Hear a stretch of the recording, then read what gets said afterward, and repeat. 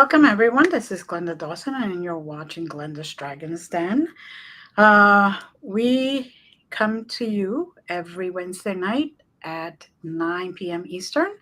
And I want to thank everyone who always joins us, whether in chat or joins me later, and sends me emails, giving me feedback on the guests and their stories.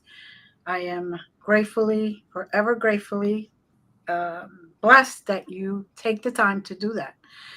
Now, tonight's guest is a very, very interesting person, and he's got a lot to tell us about his life experiences, good and bad. But, well, you're going to hear all about it because we're not going to Dyson's place. We're going to have him just give it to us complete. Hi, Zen. How are you? Glenda, thanks for having me. I'm doing wonderful. It's a bit cold here in Phoenix. I think it hit 114 today. Oh, oh. And I'm complaining because we were in the 95. Oh, yeah, but it's a dry heat. Right. Yeah, it's very different than the very humid over here. It's No doubt. yeah. Pennsylvania is great, but you get crazy weather. Sure, sure. I spent some time up in the Poconos as a kid. Uh Beautiful, no, just it, beautiful. it is beautiful. But originally I came from Jersey. So growing up in Jersey and all that, it just got too crowded for me. So I moved over this way. Yeah, it is a little more population dense than out west. Although, Mhm. Phoenix, we got 8.5 million people in the valley now. Wow. Okay. That's a lot. That's a lot. It is. So tell us about yourself. Oh gosh, the interesting thing that I find um, throughout my life, there's been a lot of different things, but I got started early. I was orphaned at birth, and of course didn't know it. We got adopted. I was 6 weeks old. Was adopted on my adopted parents' anniversary, August 12th. So Wow.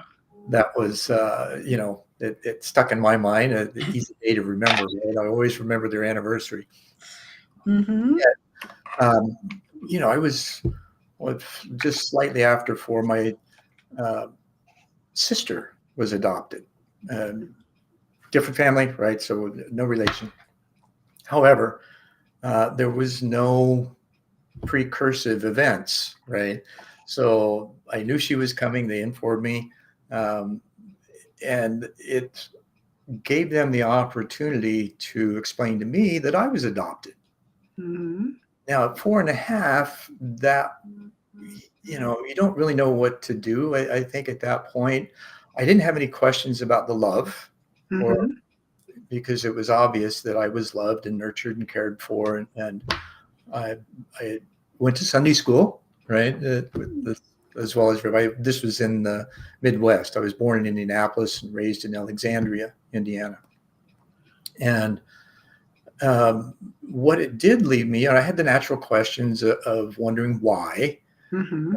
Yet I didn't dwell on that. The one thing that stuck in my mind, or that actually, I don't know if it stuck in my mind, and it had the result and the question that I asked, and that was, if I have a father and mother in heaven, can I talk to them?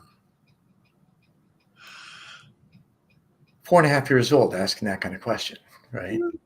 And lo and behold, turns out it could. I was standing in the landing on the landing of the stairwell and looking out over the front porch one night, waiting for Dad to come home with ice cream. It was dark, porch light was on, and all of a sudden I hear this big booming male voice simply say, "Hey, you." And deepen that about 2 more octaves, and bump it up with some subwoofers, and that's how it felt, right? It just permeated my entire being. Right. And rather than interact with it, I was curious as to whether Mom heard it or not. She was sitting at the bottom of the stairs watching TV, and I know it wasn't the television. And so I said, Mom, do you hear that voice? Imagine a 4.5-year-old squeaky. And she goes, no, what voice? And I said, the voice. I said, hey, you. She goes, no, I didn't hear anything. Must have been a peeping Tom. And at Okay. that point, I realized, okay, I know what I heard. And yet, obviously, she didn't hear it. So something else was going on. And so over the next few months, Dad worked nights at the time. He was a tool and die maker for General Motors. Mm-hmm. He'd leave, he'd take a nap between 8 and 9:30 and then leave. So in between 8 and 9, Mom would be in the kitchen and I'd be in the living room with the curtains drawn, pushed open, and light on, reflection from the window so I couldn't see outside. Mm-hmm. I would stand there and just project this voice, hey, you. And I would hopefully, have it respond. Right. After a while, as you know, we have 70,000 thoughts a day, right? So, Mm-hmm. and a kid probably has more than that. And curiosity, we just don't shut up, right? Right. Right. One night I shut up just for a moment and I heard the voice respond to me in the same, hey, you. Mm-hmm. And so I began having a conversation with it. I don't remember what the original one was. However, it stayed with me ever since. And there's this, we hear this term, the inner voice, right? Mm-hmm. It's usually our own.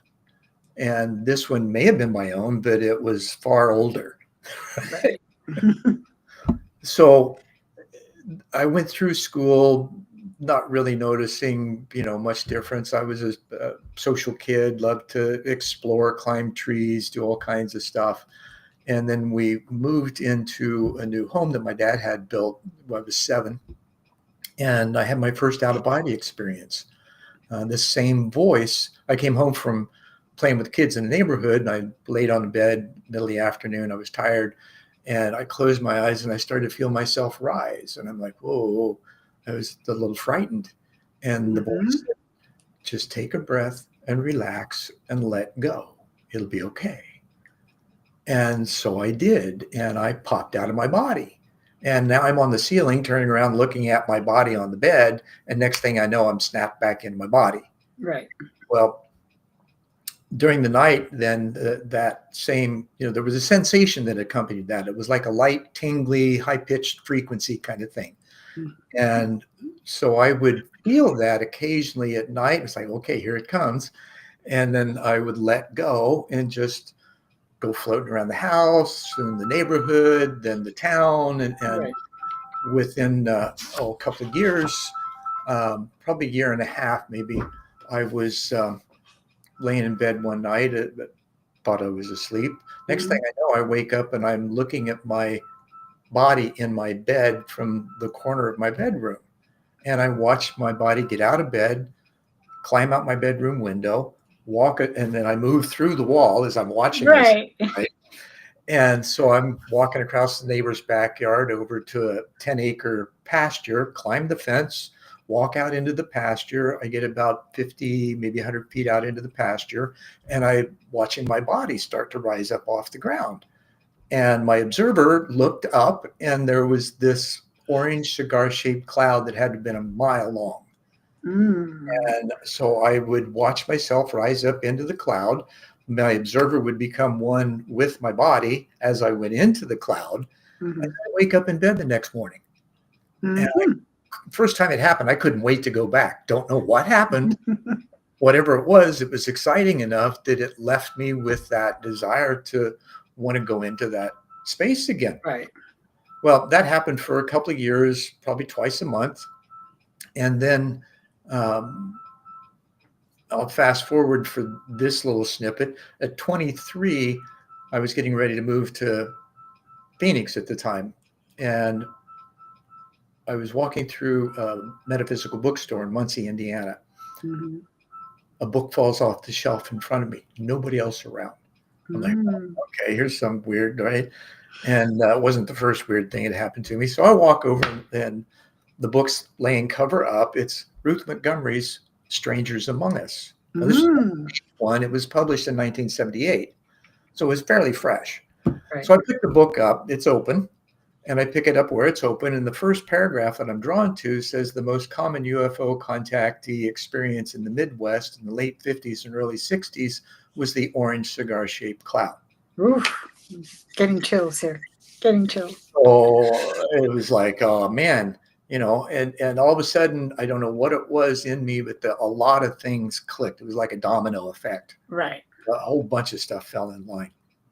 Well, previous to that, now I went through back to the school, right? I was an excellent student, stellar athlete. I ran a 4.340 in high school. Um, I was graduated 10th in my class out of 300, probably could have been salutatorian. Although I didn't want to take calculus, it just didn't interest me at the time. And I went to college, a pre-med program. And in between first and second quarter, I had comeuppance, I guess. I was distraught. I didn't know that this is the way I wanted to go. I didn't, I was searching for something. And so I knelt in prayer and I prayed, Father, I want to know what truth is, and I'm willing to die for it if necessary. And I meant it. Mm-hmm. And that was on Saturday night. The following Tuesday, it was 11/11/1975. Wow. 11/11, but the experience, right? Timings are just, dates and times are phenomenal in my life. So I come back from class and I'm laying across my dorm room bed listening to an album, and it was Journey's first album, by the way, a phenomenal soul-searching album, if anybody's familiar with it. Second song called In the Morning Day, there's a guitar riff that sounds like a rocket ship taking off right in between the vocals and the vamp. Well, right before that, this voice that I would have been familiar with asked me if I was willing to die for what I believed in. And after I clenched for a moment, right, you get asked, like, oh my God, what do I believe in? First thing was Christ consciousness that I thought. It felt a little empty for some reason. Being a Cancer, I feel, right? So that's right. Check in is the resonance of something. Mm-hmm. It feel quite full. So I moved on to cosmic consciousness, which is what I knew Jesus had. Right. And so it felt full. And so I said, yes. Well, and here's the guitar riff. Immediately, same moment, I get a tug from my solar plexus and I pop out of body. And I turn to look at my body laying across my bed, turn back to look where I'm going, and I'm immediately engulfed by white light. It has this amazing sensation. So then I start analyzing it, right? Not realizing it, I'm thinking. Mm-hmm. And so it's effervescent, Mm-hmm. iridescent, and very high pitched. Mm-hmm. And then I realize I'm thinking. So the teenager, is like, oh, wow, I'm thinking. I can't be dead. Woohoo! Wow, is there more? Because it felt like everything, yet there was an obvious, I felt individuated in that collective. Mm-hmm. And yet there was this amazing sensation of totally being embraced by love. Mm-hmm. So when I asked the question if there was more, and it was a flippant question, right? Just going through my head, Right. I felt the movement. And then I'm in this indigo background with points of light surrounding me.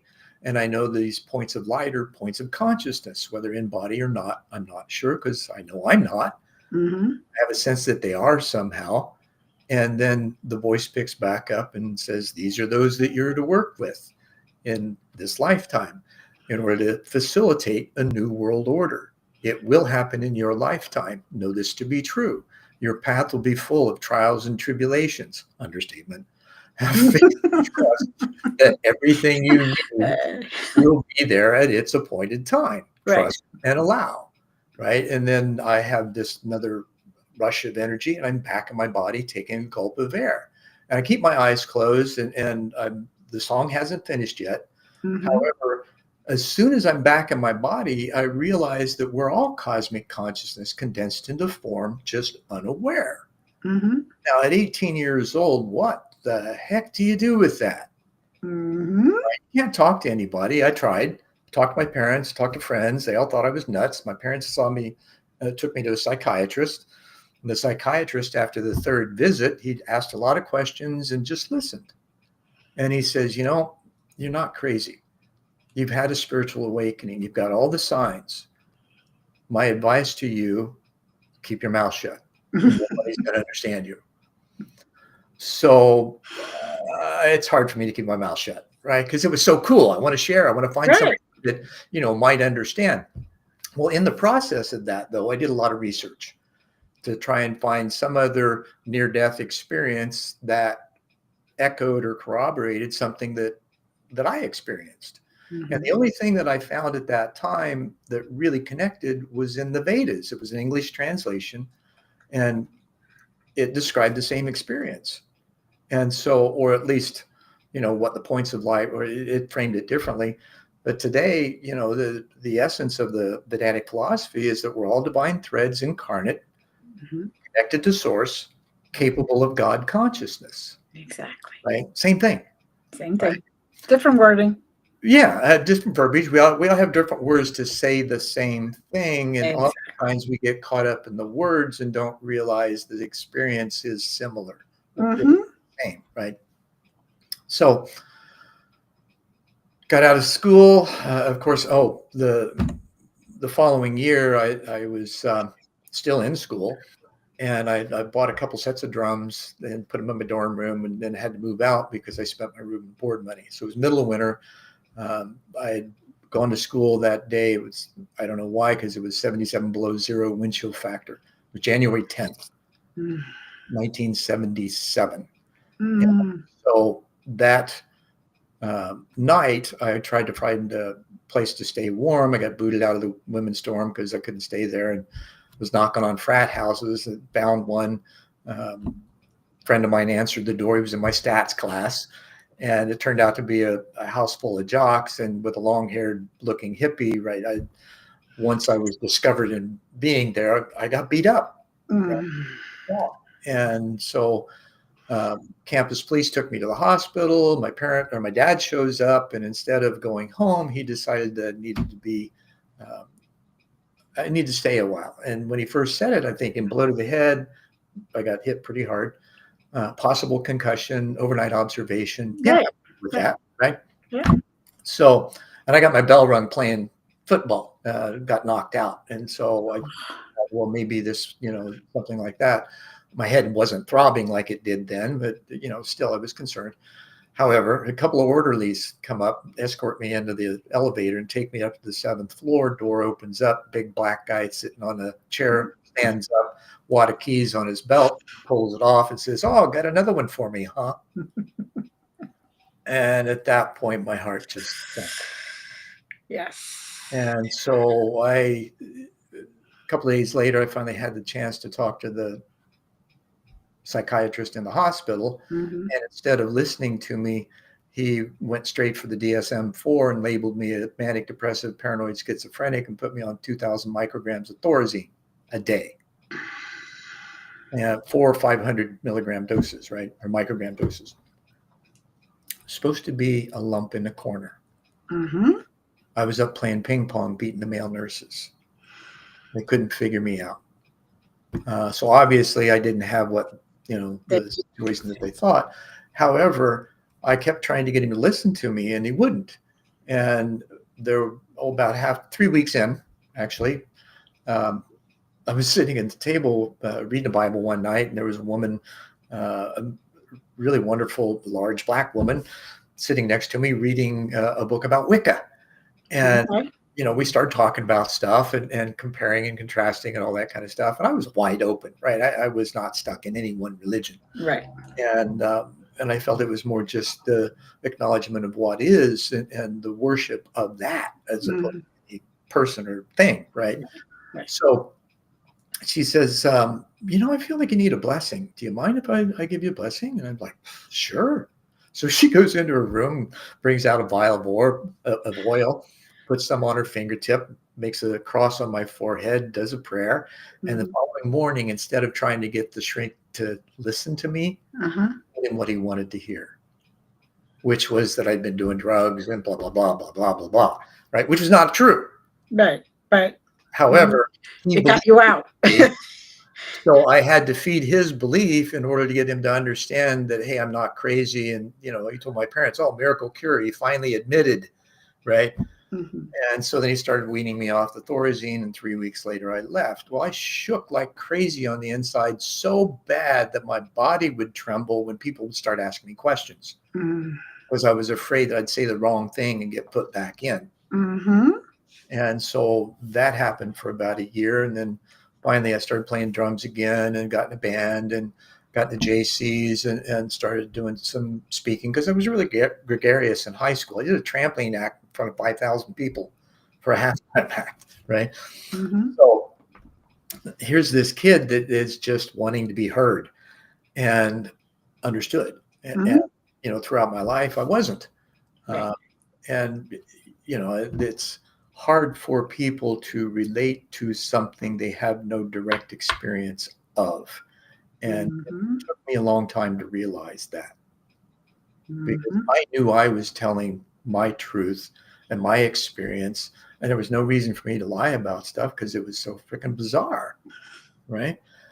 And yet, I ended up getting married, had a bunch of kids, and went to work, moved to after that book opening, right? I was working as a machinist, a meat cutter, and playing in a Christian rock band, and all three jobs fell through in the same number of days. Auto industry had crashed in the Midwest in '78, and it finally trickled Oh, down. I remember that. Right.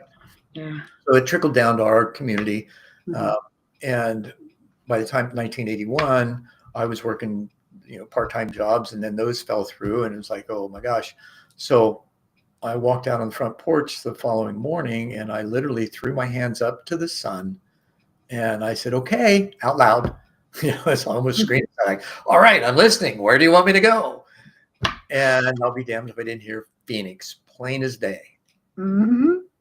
So 3 weeks later, we packed up on the road, and that got here in April of '81. It hit 100 degrees that day and didn't go below it till October, I think. It was the longest 100-degree day period in Arizona's history, from what I recall. So began things there. Of course, my wife was not hip to anything about my inner world, um, and we eventually got divorced as a result of that, and some other things, a bunch of affairs that while I was at work, and it just got to be intolerable. Mhm.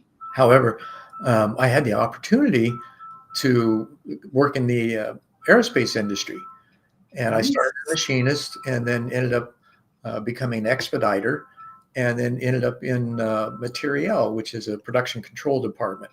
Mhm. Charges $7 million a month, 800 part numbers, Wow. and I loved it. I could go anywhere in the plant, get anything done. I was the youngest person in the department, and soared to the top of the production chart. Mm. And I didn't know it until two supervisors came to me. And of course, in my cubicle, I'm like, oh shit, what did I do? You got two supervisors, Right. right? So they said, oh no. They saw the look on my face. I said, no, we're not here to chastise you. We want to know how you're doing yours. So in that, um, I just offered him, I said, the only thing I can figure is just how I work with people, interpersonal skills. I treat people how I would like to be treated. And if I Yes. Perfect. something to help them do their job Mhm. while they're doing something for me, then why not? Mhm. Right? That just seemed so considerate, right? Well, I saw people beating people up, not literally, but Right. verbally and emotionally, to try to get them to put their stuff at the top of the priority list. Mhm. That only works for a little bit. Mhm. So eventually um, I pushed for interpersonal skills classes and got pretty much shunned by everybody in the department when I raised the suggestion in the departmental meeting one year, and yet was asked if I knew a consultant and brought him in, and then subsequently ended up getting demoted and put back as an expediter. So I was a disruptor. This was in the mid 80s. Oh, yeah. Right. Okay. So it was not a pleasant time, and I got demoted the same week my divorce was final. Oof. Yeah, so it was slap in the face, and And then really a slap in the face. Oof. so and I was trying to be the best husband, father, employee possible. And I had a wonderful work ethic, obviously, with what the accomplishments. So that was the end of that. Mm-hmm. And my dad had told me, find a good company, work for, till you retire. And that's the way to do it. Well, it didn't work. And I said to him, Dad, I tried it your way. It didn't work. I'm going to follow my heart now. So Mm-hmm. the following year, I had a really kind of a reconnecting with self.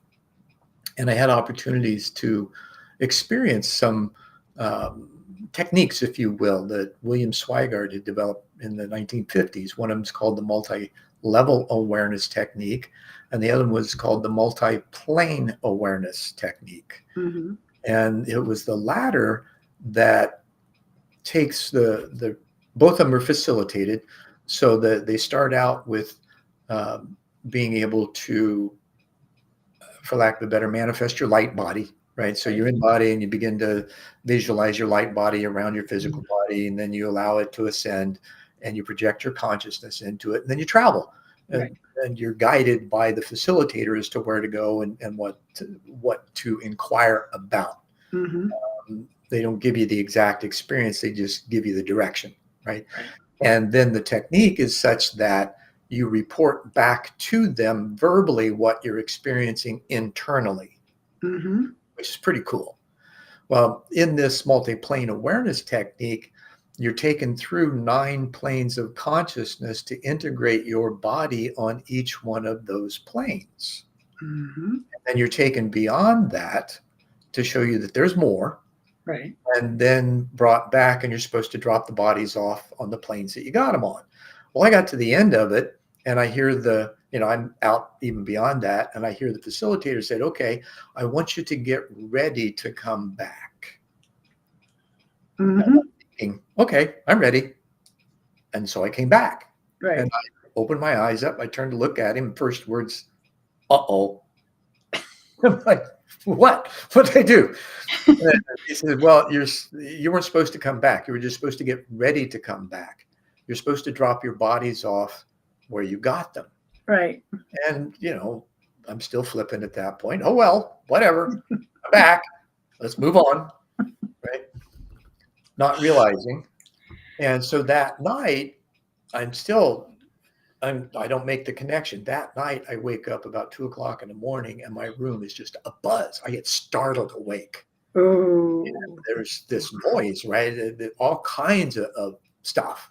Right. And I'm like, whoa, this is interesting. And, then I eventually fall back asleep. Same thing happens for 2 weeks and Mm-hmm. less and less. And then finally, I was working with a psychic, and we were putting an event together called Earth Concert 1989. And she'd been at the house, and I lived with some other people at the time. And she'd left, got home, called me up, said, hey, I left my day timer, which she had. And it was 11:30 at night. She says, I got to come get it because it's my life. Do you mind? I said, no, that's fine. And I thought, well, okay, it's late at night. Maybe I can talk her into spend the night and see what she gets. Right. Because she had no knowledge of my experience whatsoever. So sure enough, we go to bed. And at the time, she sits straight up in bed. She says, oh my God, how can you sleep in here? There's got to be at least a dozen different beings in this room. Mm-hmm. And then it dawned on me, oh shit, that's me. Mm-hmm. Right.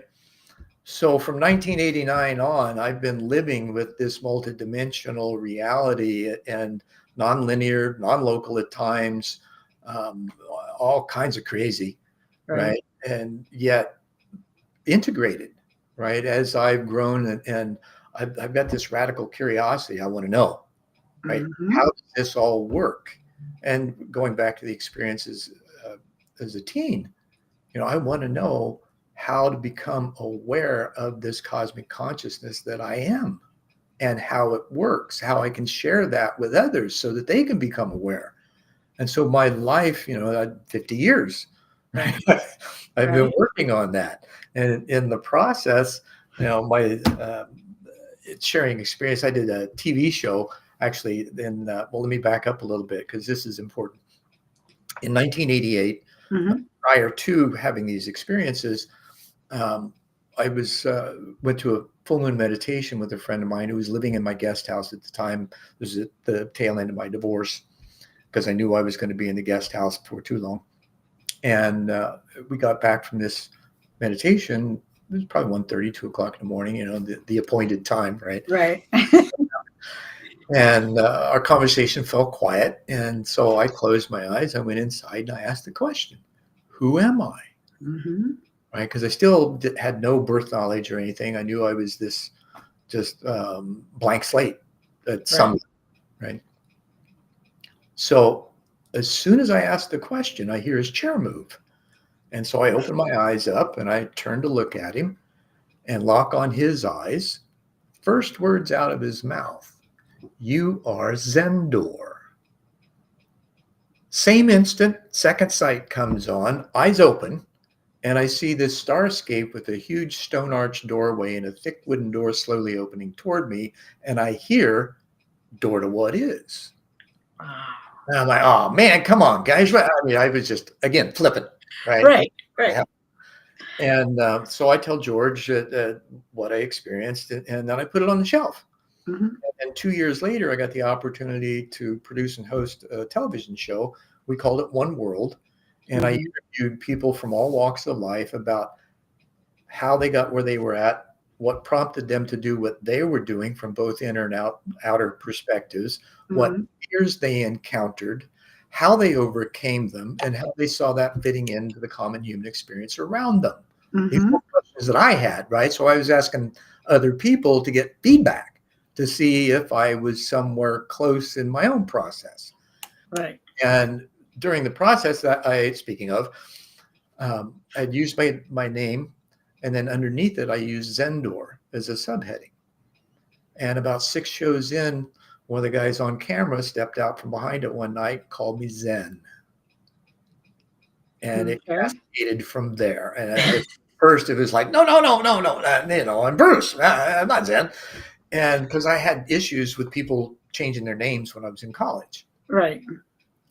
Well, I haven't changed it, although I've gone by Zen since 1990. Zendor is a bit too much still. Some friends do call me that. However, one of the first books that I wrote was called Zendor the Contrarian for that. And the book was it was an exploration. It was a catharsis for me to analyze and criticize and chastise and question and do all the things that we do normally internally, right? And because we have this, what I've come to know is a recursive function. That's generally a computer term, and it's a system that queries itself for problem solving. Right. So what do? Right? That inner voice, we're constantly questioning ourselves. But how deep do we go in the dissolving of self into the nothingness in order for the answers to emerge without projection, prescription, belief system, all those kinds of things. Right. And then what's interesting is that later I got a hold of a copy of Wilbert Smith's memoirs. Now, Wilbert was the head of Project Magnet in Canada, which is like America's Blue Book. Right. And so Wilbert had conversations. And one of the things that he called these people from elsewhere, right, that they had said to him was that humans don't understand nothingness. And that's where everything comes from. It even says, in all the scriptures that we have, that in the beginning, nothing comes something, right? Right. So how does that work? Right. And we're too still linear in our thinking, or we think that life is linear, and it's anything but. It's nonlinear, it's non-local. There's all kinds of dimensions. I have experience of it. So it's not just theory for me. I live it and have for a number of years. And, after the television show, I did that for 2.5 years, 120 shows, over 200 guests. and then I decided to go back to school. I got an MBA. After my MBA, I got a secondary teaching cert. I taught high school for 6 years, public school, special ed, self-contained special ed, charter schools. I had full charge of 2 different high school curriculums, built multiple intelligence learning centers in one of them, and then at a residential treatment center. And I saw what was missing and ended up, of course, in my second master's degree, which was a Master of Arts in Organizational Management. Okay. Wrote a business plan for a model school based on holistic education. Now, that holistic education is body, mind, spirit, planet, cosmos. Those are the 5 different relationships that we have. And as we get older, we recognize the importance of them. Yes. Why don't we teach that to our children? Right. And we haven't got that to that place yet. I'm still hopeful. I'm very blessed that I came in knowing, didn't forget, and I taught my kids. Well, that's awesome. And I believe many do. Well, in the early part of my marriage, before our divorce, I used to talk to my 2 girls. I said, Right. they asked me questions. I'd say, what does your belly say? Right. And they understood that. They would tune in and listen. Well, Yeah. ultimately, many years later, I learned of this indigenous philosophy. I think it may have come from the Aborigines. And it's a 3-brain philosophy. The first brain is your gut. Second brain is your heart. Third brain is your head. And we're supposed to process in that order. Why? Because there's neurosensors in the gut that sense vibration. What's everything? Energy, vibration. Vibrations. Right? Then your heart is kind of the Taoist, is it desirable or undesirable? Correct. And, there's a pendulum swing in that, right? And then you take that information and process it more clearly with curiosity in order to understand what all this means. So, our bodies are instruments. We don't know how to tune them, let alone play in concert. So how do we do that? And that's been my life's work, is to be able to have some articulation of the process, because it's all sensory bound. Right? We can't think our way through a system built on vibration. We have to sense our way. And we're too living above the shoulders still. Yes. Right? That we have no idea. And because of the faulty belief systems that we have, we shove what we think into our bodies and wonder why we become diseased in any way. Right? And including the stress. I met my birth mother finally. I got remarried in 2016. I'm sorry, I met my twin flame at her Kundalini yoga teacher training graduation. Wow. Right? Really high vibe, right? And probably the only place in the world I could have met somebody that could vibe with me. Right. Turns out she's from St. Petersburg, Russia. Wow. She was raised in the USSR as a piano pedagogue. So she was familiar with vibration and music and classical trained, and just a brilliant and highly sensitive. She's Piscean. So I'm Cancerian. We got this water thing going on. Right. Well, my first present from her after I got married in 2017 was a subscription to Ancestry, hoping that Mom would show up. And sure enough, in 2019, January, my half sister shows up on Ancestry. And so I got the chance to meet my birth mother at 65. Wow. And I was the last thing on her bucket list. Wow. So we went back. I got to meet her, spent a week with her. It's a wonderful experience. She had 4 different types of cancer that were in remission. Oh. She really wanted to see me. And after that visit, her cancer came back. So I know all of this angst, and family didn't even know about me. So holding all of this in, you can imagine what that's going to do internally. It's going to lodge multiple places. Right? So Another thing that I found out, because I always wondered, where did I get this weird shit from? Right. Um, and it's usually Right. matrilineally passed along. Well, Mm. mom was smart, but she wasn't that smart. And she wasn't really interested in anything to that nature. However, she told me my dad's name, and it was Leroy Carlisle. And immediately I thought, you know, I met a guy named Lee Carlisle at a UFO conference here in Phoenix in 1989. Mm. Wonder, because he was from Anderson, Indiana, which was 12 miles away from where I Close grew up, enough. Close and that's enough. where my mother lived. Uh-huh. So I'm like, okay, that's the first sign. And then I had a friend of mine that had skip tracing software. He tracked him from Anderson to Phoenix and up to Prescott. I'm like, oh my God, number two, right? Mm-hmm. Still not sure. Right.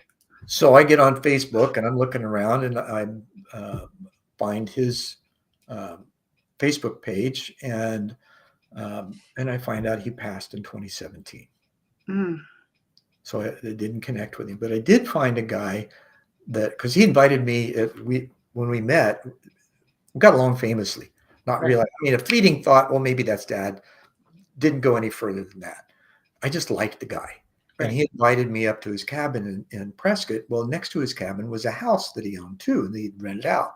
Well, the guy that was renting the house is the one that I found on Facebook. And he said, oh, yeah, I remember you. Oh God.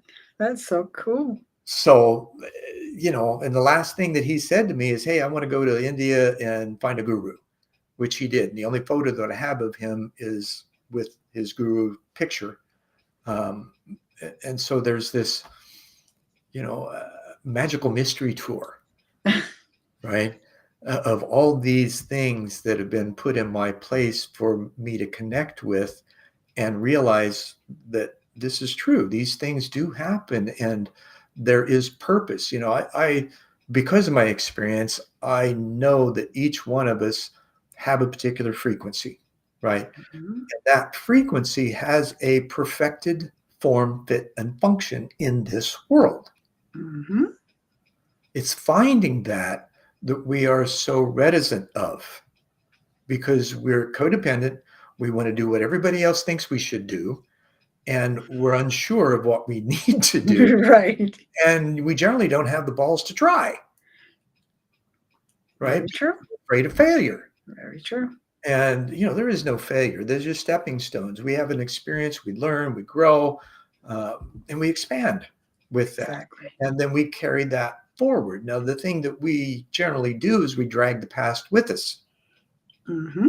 And we judge the present or project the present based Right. on what our past experiences were, rather than go back into that recursive function, dissolve, go back into that nothingness with curiosity Exactly. as to, okay, what's going on here? And then learning to be still enough to just be patient and listen and let it bubble up, because Mm. it does. I'm living proof of it. So these kinds of things, take place. And then along with this, right, I still have in the back of my mind, even though I worked in the aerospace industry, I taught high school for a number of years. I did transformational coaching for 20 years. And simultaneously, I also facilitated building road and bridge construction partnering workshops, Okay. right? So you want to get concrete, there you go. Right. So I'm in the middle of the room with anywhere from 20 to 80 men and women who are focused on a project, usually multi-million. My largest was $500 million. Oof. Right. So I'm responsible for getting them all on the same page. Right. And I love the phrase, there's no ego without we go. Mm-hmm. And so I use all these metaphysical concepts, but I put them into practical terms and sometimes humorous terms for people to grok it or to Right. understand it, right? And it worked, right? I had stellar reviews. I got 90% of the work outside of Maricopa County in Arizona for almost a decade, and then that disappeared when the state put out a new contract, and they were looking for a service that would cover all the aspects of a construction project, Mm. not just partnering. Right. So we didn't do that. And then my partner retired. I opened up another company, and then I did some work around the country, um, different types of things, and really enjoyed it. I mean, Mm-hmm. for most people, standing in the middle of chaos like that and trying to find order is excruciating, and it just seemed to be natural to me. And during that period, I also managed the largest area, 350 vendors and 20 food vendors for the Tempe Festival of the Arts, which Okay. it's the third or fourth largest arts festival in the country. And also the block party. At that time, it was the Tostitos Fiesta Bowl block party. So Okay. one night, 250,000 people, 5 stages. I was one of 5 guys that put that together. Oof.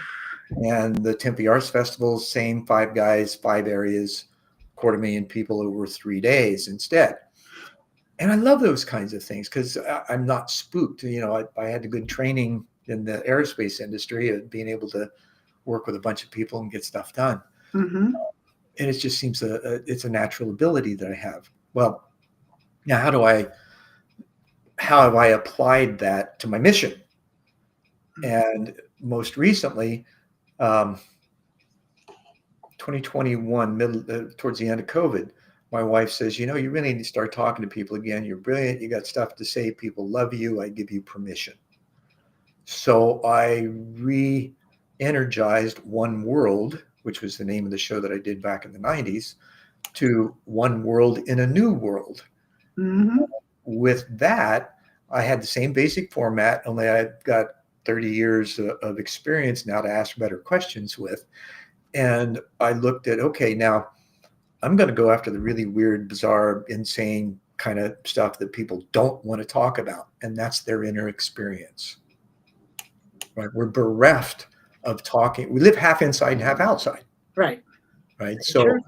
we don't talk about what's going on inside because when we start doing that, it's so weird and nonsensical sometimes that everybody just goes, oh, I don't.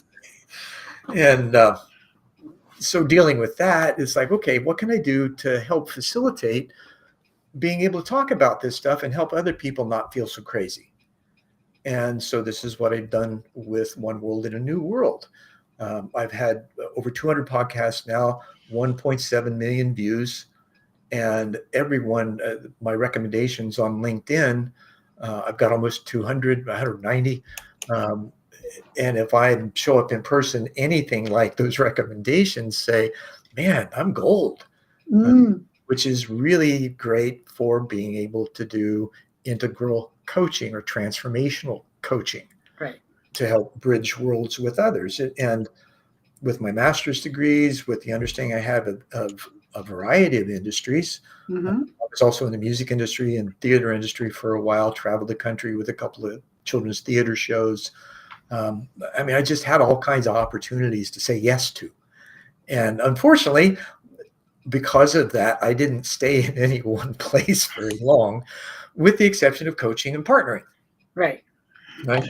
But that doesn't have a retirement. Right. So in that, about halfway into the production of One World in a New World, Mm-hmm. um, let me back up a little bit. In 2010, I got tapped on the shoulder to see if Planetary Citizens was available as a domain. Mm-hmm. I had heard about Donald Key's work in the 1970s, who was the founder of the original Planetary Citizens. He and Norman Cousins and the like of them. He was in DC. He was also the executive, or I think he might have been the executive director for Lucius Trust for a little bit too. But there were a lot of Alice Bailey stuff was going on at that time. There was this kind of clique of quasi-metaphysical, political activists kind of folks that gathered together and were trying to say, hey, boundaries are illusory. We need to work together as a planetary civilization, not as nationalists, because that continues the war. Right. Right. And so the organization, it wasn't time yet. it eventually fell apart. Well, the domain was available. Right? I didn't think it would be. And I was like, holy shit. Click. Right. I got it. And so for several years, I had showcasing the different organizations and people who were actively being world servers. Okay. In 2023, I get another tap on the shoulder to turn Planetary Citizens into a nonprofit. So we filed nonprofit papers in August of 23. In December, we got the okay. We got the letter from the IRS. And so Good. we're now a 509A2, which most people are familiar with a 501c3 as a standard nonprofit public charity.